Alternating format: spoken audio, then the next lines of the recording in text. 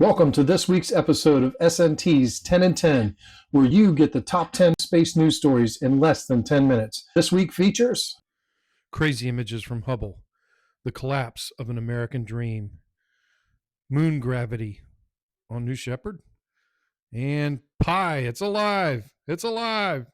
Next on SNT. 60 seconds.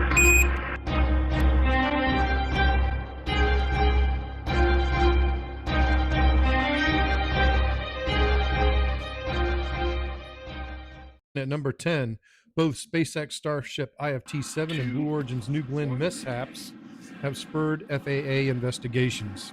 Both vehicles are grounded until these investigations are completed. There's been much ado about the dangers posed by both of these incidents, which have been greatly exaggerated, specifically about IFT-7 and the RUD of Ship 33. These companies and the flight engineers develop launch corridors for these test vehicles, which certainly take into account the likelihood of an off-nominal event or RUD. These corridors are designed such that the impact to human lives or property are absolutely minimized to the maximum extent possible. Could we improve the corridors or widen them to better alert affected aircraft, air traffic controllers, ships, and people along the corridor? Comment below what you think we need to do. Coming in at number 9, the once great aerospace giant Boeing continues to fail after NASA did not allow the ailing Starliner craft to return astronauts Suni, Williams, and Butch to Earth following concerns with intermittent thruster malfunctions. Boeing announced in a press release on January 23, 2025, that they expected losses of $1.7 billion against their earnings from multiple programs, including $250 million in losses for the Starliner program alone. It's been predicted by space venture firm in a recent report that Boeing would divest in its space divisions this year to reduce losses in an attempt to return Boeing to its former supremacy. It's a sad state of affairs to see Boeing, who produced legendary aircraft like the B-17, the B-52, the 747, 737, 777, etc., fall from grace. Was there an emphasis on DEI to blame for these engineering blunders at Boeing? With the recent national momentum to return our nation to a merit-based employment promotional system, will that return Boeing and our nation to greatness? Comment below what you think caused the downfall and whether or not Boeing can return to greatness.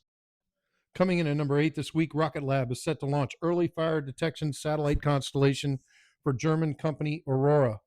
The satellite constellation is designed to detect wildfires in remote regions and to alert first responders. Net launch will be in late April, early May of 2025 from New Zealand. In a press release on Rocket Lab's website, Rocket Lab founder and CEO Sir Peter Beck, said, "This launch is a showcase of all the benefits of flying dedicated on Electron. Control over schedule, agility, and ability to meet tight deadlines and mission requirements, and the reliability of launching on the world's most frequently launched small orbital rocket. Knowing that time is of the essence to get these satellites into space, we're proud to be rising to the challenge and supporting the Aurora Tech mission to better monitor for and protect against these devastating natural disasters globally." Number 7, today, January 27th, 1967, NASA astronauts Gus Grissom from Mercury and Gemini, Ed White, the first American spacewalker on Gemini, and Roger Chaffee, Apollo, were killed on Apollo 1 when their Apollo spacecraft became engulfed in flames during a pre-launch tests. Also in January of 1986, 7 NASA astronauts, Krista McAuliffe, Judith Resnick, Gregory Jarvis, Dick Scobie, Ellison Onizuka, Barbara Morgan, Ronald McNair, and Michael Smith were lost on STS-51 when the Space Shuttle Challenger exploded after a massive failure in Morton Thiokol solid rocket booster O-rings ruptured the main fuel tank for the space shuttle. Finally, also remembering the crew of STS Space Shuttle Columbia on February 1st, 2003, Columbia broke apart during re-entry interface due to heat shield damage suffered during launch by a foam strike on the leading edge of one of its wings. On the Columbia that fateful February day were NASA astronauts Rick Husband, William McCool, Michael Anderson, Kalpana Chawla, David Brown, Laurel Clark, and Israeli astronaut Eli Ramon. NASA honored all 17 of our beloved lost astronaut heroes in an annual ceremony of remembrance, which included a somber speech by ISS astronaut Suni Williams. It's a somber reminder that space travel is still a risky venture, even today. We as a nation should be prepared to suffer more losses, particularly as we push to return to the moon and Mars. More deaths are inevitable, but history is made by those who dare, not those who fear. This week, coming in at number 6, Blue Origin will have payloads aboard their next New Shepard launch that will perform experiments during the periods that the New Shepard capsule experiences gravity similar to what will be experienced on the moon. NS-29 will launch on January 28th with these experiments aboard. The launch is the typical New Shepard ballistic launch profile, launching from Texas on a simple up and down path from space. This week, coming in at number 5, the U.S. Space Force's forecast contracts for $2.3 billion in the coming year for commercial satellite delivery. It'll be curious if anyone can compete against SpaceX low bidding abilities for these contracts without reusable rocket systems. Competition is good, and we need more launch providers to compete with one another to control pricing. But for the foreseeable future, here at SNT, we think it's a difficult path for traditional launch providers to compete with their outdated systems. This week, coming in at number 4, Starbase news. Starship 34, as seen here from Alien Space's video, was taken to a massive test site for cryo testing after IFT 7. Pi is alive. The outer Pi engine on booster 14 that was recovered after IFT 7 was returned back to the megabase for inspection.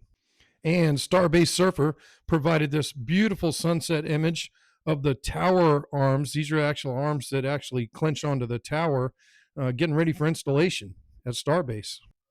And Starship Gazer provided this beautiful photo of the Mechazilla catch arms that are also going to be attached by Kingpin onto the previous tower arms that are going to be installed on the brand new catch tower. On January 20th, 2025, while President Trump was being inaugurated, the Hubble Space Telescope imaged the Tarantula Nebula. The budding galaxy is 160,000 light years away. This photo and many like it help scientists to understand the formation processes of galaxies and solar systems. Coming in at number 2 this week, in the Twilight of Hubble service, it has completed the mosaic of the Andromeda galaxy, our closest galaxy. Scientists at NASA and the University of Washington have stitched this composite image together from over 600 photos taken by the Hubble Space Telescope. One of the greatest observation platforms in the history of human invention continues to live on after 35 years of service after its initial launch by Space Shuttle Discovery on STS-31 in 1990. There were also repair and rescue missions by the Space Shuttle to refine its focus and extend its lifespan. Now, one question remains: is Hubble worth saving? Can we repair its orbit and make improvements to the platform, or do we allow its orbit to continue to decay where it meets a fiery death? Could a version of Starship capture Hubble and return it to Earth to place it into a museum? Comment below your thoughts on Hubble. And finally, this week, coming in at number 1, during the last 2 weeks since our last 10 and 10 episode, SpaceX has launched the Falcon 9 rocket 6 times. This includes the Starlink mission launched on January 21st from Vandenberg Space Force Base, which marked the 400th successful landing of SpaceX's reusable first stage. The Falcon 9 program continues to do the heavy lifting for SpaceX while they develop the Starship platform. No other company or country in this world is capable of this tempo, and it is because of the unique vision established at SpaceX many years ago to build a reusable first stage for cost savings. In today's world, if you're designing a rocket that doesn't include reusability, you're no longer viable in the global launch market. This paradigm shift in rocketry has spelled the demise of ULA, SLS, and other wasteful programs that throw boosters into the sea. While many in the world scoff at the loss of Ship 33 by creating headlines that read, "Another SpaceX rocket blows up," SpaceX just laughs and continues this incredible pace of the Falcon 9 launches while simultaneously creating the world's most unique internet service provider in Starlink.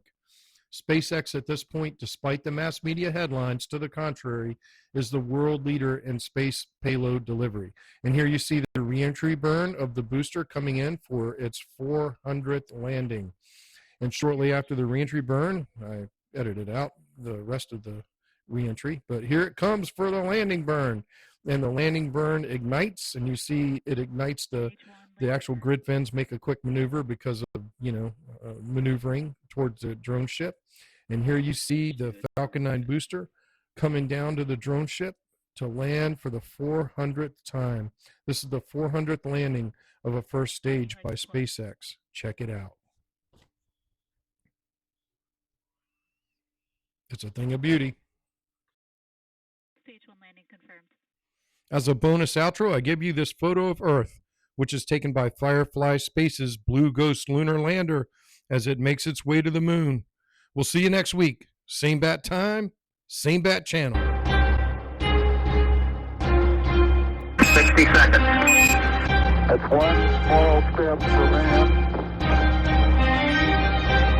one giant leap for mankind.